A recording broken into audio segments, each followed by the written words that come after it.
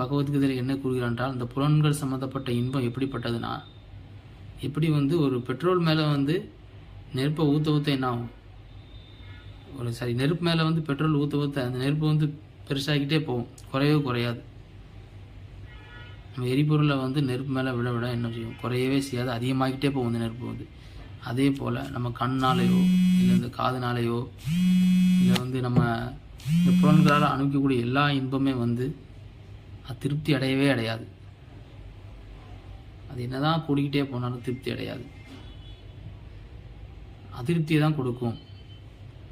அப்போ நம்ம பகவான், நம்ம ஆத்மாவும் பகவானுக்கு சொந்தமானது, இந்த உலகமும் பகவானுக்கு, இந்த உடலும் அவருக்கு சொந்தமானது. நம்ம அவருக்கு சேவையில் ஈடுபடுத்தும் போது தான் நாம் பேரின்பத்தை அடைய முடியும். அதுக்கு நம்ம குறிப்பிட்ட காலம் ஒதுக்கி நம்ம பகவத்கீதை பாவதம் படி நம்ம கடைபிடிக்கும் போது நாம் இந்த பேரின்பத்தை அடையலாம்.